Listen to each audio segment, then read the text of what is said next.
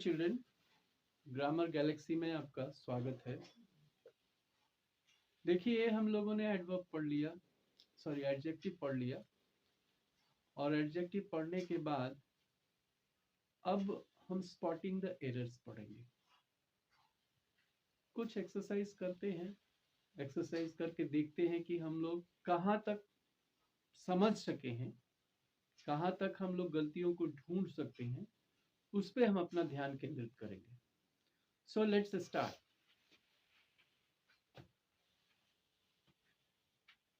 पहला सेंटेंस है, Anurag is eclipsed by his wife who is cleverer and amusing than he is। मतलब अनुराग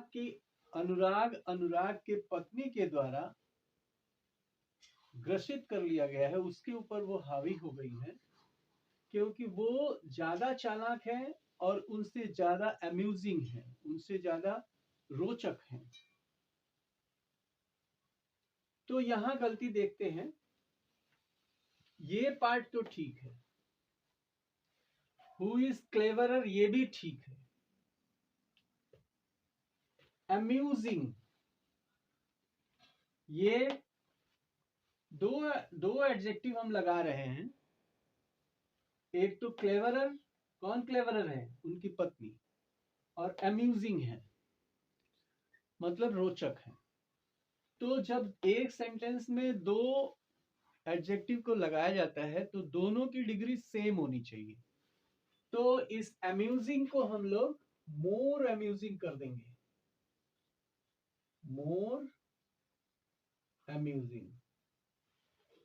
ये चूंकि कंपैरेटिव डिग्री में है तो इसको भी कंपैरेटिव डिग्री में ही लिखेंगे। ये गलती थी इसमें। दूसरा सेंटेंस देखते हैं, of the billions of stars in the galaxy how much are suitable for life. कहता है गैलेक्सी में, आकाश गंगा में जो करोड़ों तारे हैं उसमें से कितने जीवन के लिए योग्य हैं। तो हाउ मच ना लिख के यहां पे हाउ मेनी होना चाहिए।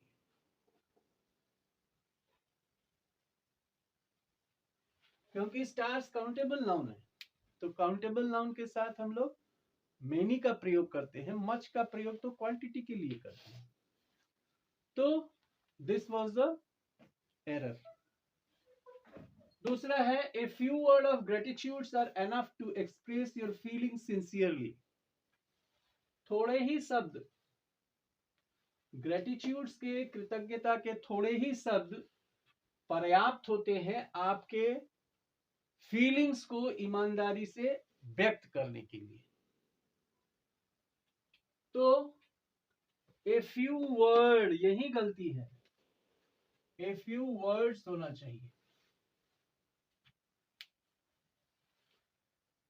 दूसरा है, I like reading more than to play games.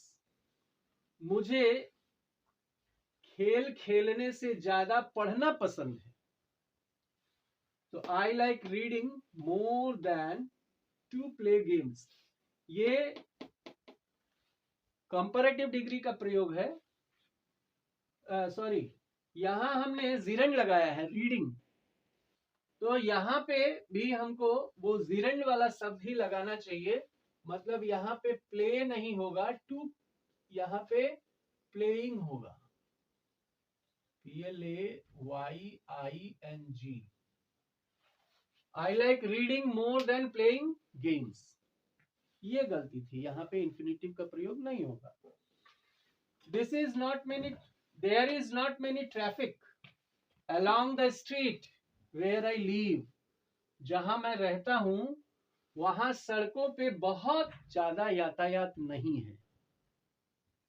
तो चूंकि ट्रैफिक जो है ये अनकाउंटेबल नाउन है, तो अनकाउंटेबल नाउन के सामने या पहले हम लोग मेनी का प्रयोग नहीं करेंगे, तो इसके सामने क्या करेंगे? Much. There is not much traffic along the street where I live. This was the mistake here. Sixth sentence है, the police arrived and discovered a large number of hoarded sugar in his shop. Police पहुंची और पाई, जमा किया गया या इकट्ठा किया गया हुआ बहुत शुगर, बहुत चीनी, बहुत शक्कर उसके दुकान में मिले, इकट्ठा किया हुआ। तो चूंकि ये शुगर जो है ये भी अनकाउंटेबल नाउन है, तो लार्ज नंबर ऑफ नहीं, ये शुगर का नंबर नहीं बता सकते, शुगर का क्वांटिटी बताते हैं। तो लार्ज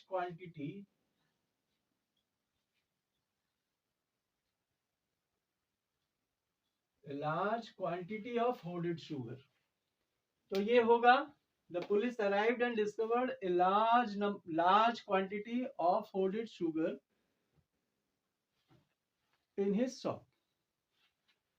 ये सेंटेंस देखिए, as a dramatist Mr. Shaw is superior than any other 20th century writer.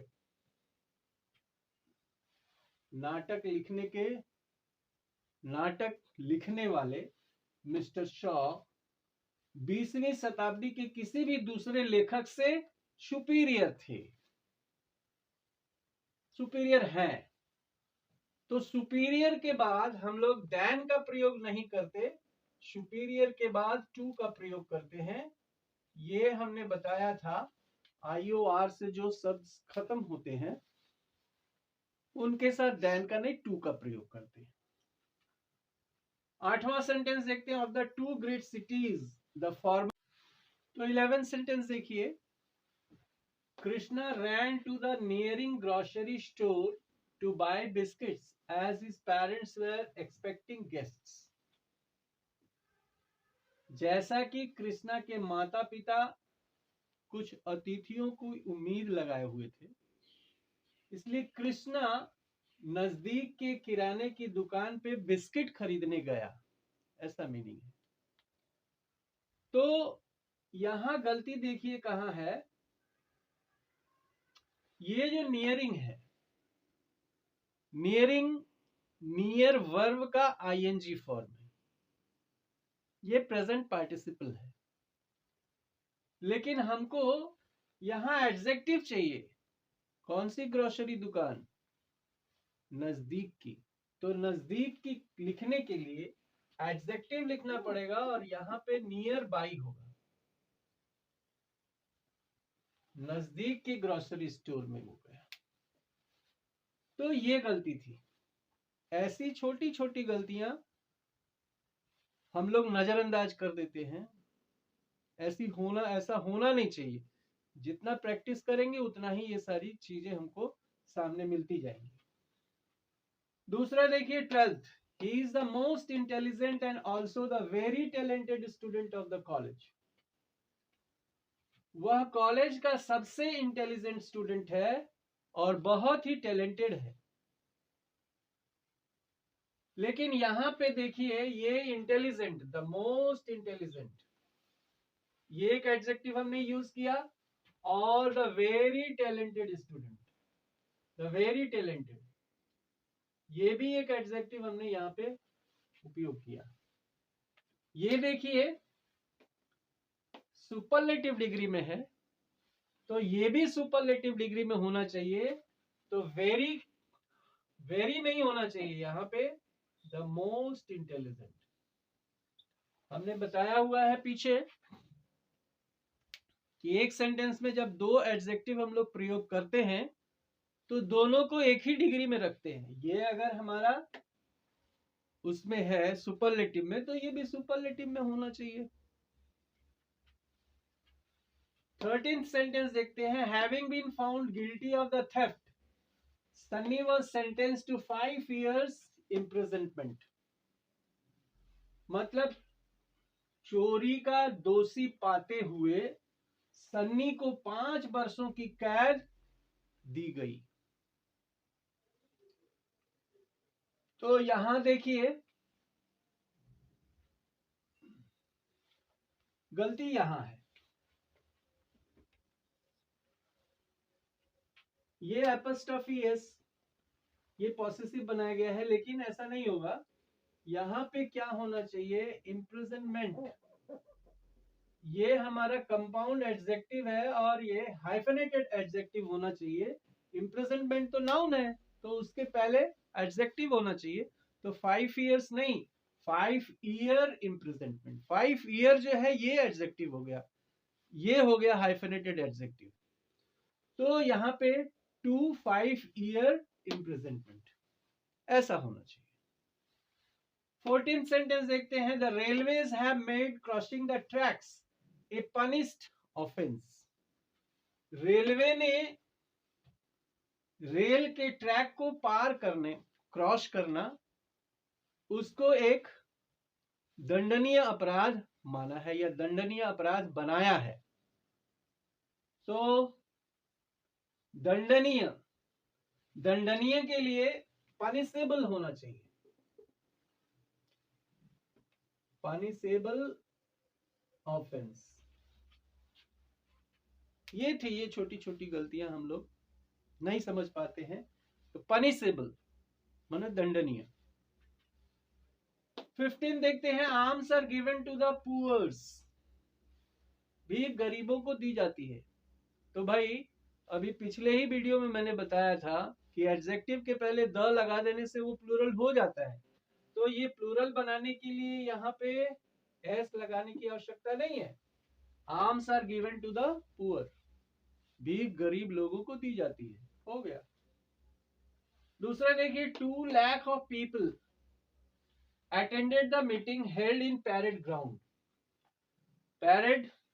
Parade मैदान में 2 लाख लोग मीटिंग में आए या मीटिंग में पहुंचे। तो ये देखिए 2 लाख, ये डेफिनिट न्यूमरल एडजेक्टिव है। डेफिनिट न्यूमरल एडजेक्टिव में ऑफ का प्रयोग नहीं होता है। इनडेफिनिट न्यूमरल एडजेक्टिव में ऑफ का प्रयोग होगा, जैसे lakhs of people, lakhs of people हो सकता है।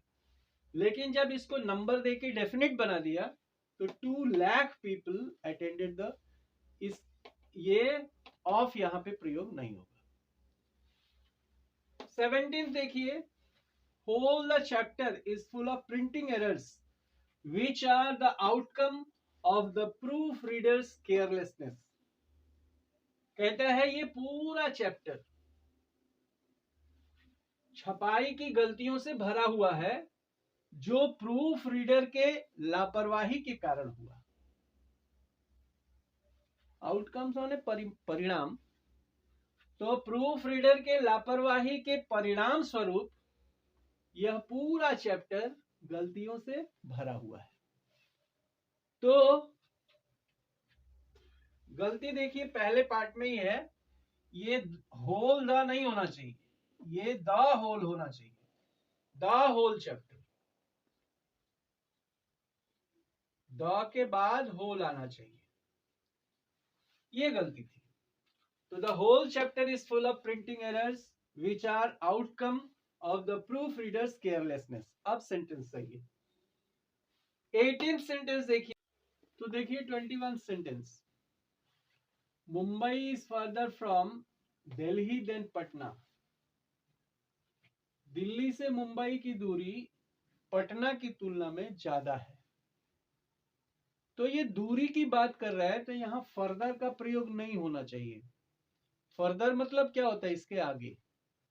फार्दर माने दूरी, दूरी की बात होगी। तो यहां पे फार्दर होना चाहिए, FA। Mumbai is farther from Delhi than Patna. 22nd देखिए, this book is undoubtedly preferable than that and its printing is also comparatively, यहां गुड होगा।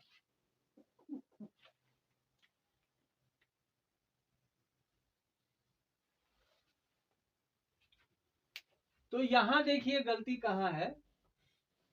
प्रेफरेबल के बाद मैंने बताया था कि देन का नहीं, वहां टू का प्रयोग होना चाहिए। तो यहां टू होना चाहिए, प्रेफरेबल टू दैट। यह किताब निश्चित रूप से उस किताब से ज्यादा प्रेफरेबल है, क्योंकि इसकी प्रिंटिंग भी तुलनात्मक ढंग से अच्छी है। ये 23rd देखिए, you can trust this channel for the last news of this hour. मतलब इस घंटे के आखिरी समाचार के लिए आप इस चैनल पर विश्वास कर सकते हैं। तो यहां लास्ट नहीं होना चाहिए, यहां लेटेस्ट होना चाहिए, latest.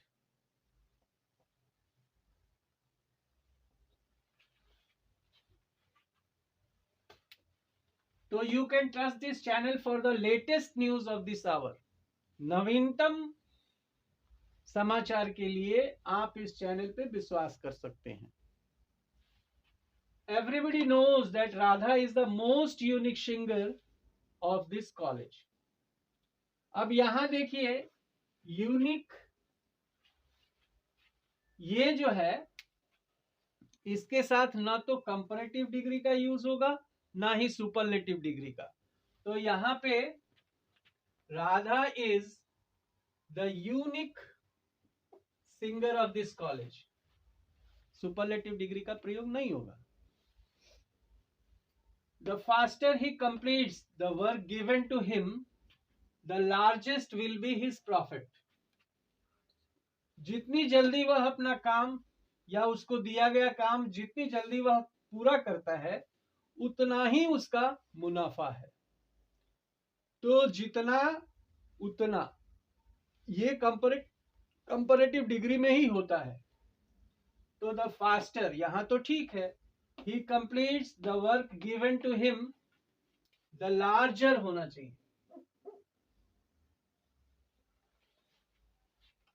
The higher you go, the colder you find. जितना ऊपर जाओगे उतना ही ठंडा पाओगे। तो ये द फास्टर और द लार्जर से जितना जल्दी उतना ही ज्यादा, ऐसा मीनिंग होगा। He does not have some money to buy a new machine, so he is anxious. उसके पास नई मशीन खरीदने के लिए कुछ पैसे नहीं है, इसलिए वह बेचैन है। तो ये सेंटेंस जो है निगेटिव है, डज नॉट हैव ये बताता है कि ये निगेटिव सेंटेंस है। तो निगेटिव सेंटेंस में सम का प्रयोग नहीं होता है, यहां पे हम एनी लगाएंगे। He does not have any money to buy a new machine, so he is anxious. ये देखिए, the young lady is more beautiful but not so cultured as her sister. ये सेंटेंस हम अपने छोटी बिटिया के लिए लिखे हैं। छोटी बिटिया सुंदर तो है बड़ी बिटिया से, लेकिन वो उतनी सभ्य नहीं है, उतनी कल्चर्ड नहीं, जंगली भी नहीं है पूरी, मतलब ठीक ठाक है, लेकिन बड़ी बिटिया के जैसे वो कल्चर्ड नहीं है। तो this young lady is more beautiful but not so cultured as his sister.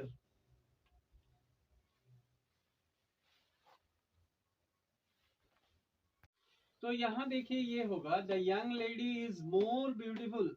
ये मोर ब्यूटीफुल कंपैरेटिव डिग्री है, तो इसके बाद देन हमें लगाना ही पड़ेगा।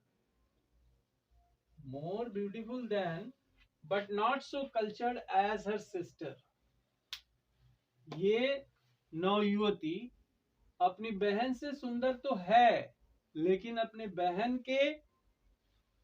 बहन से वो सभ्य नहीं है, उसकी बहन ज्यादा कल्चर्ड है, ऐसा है।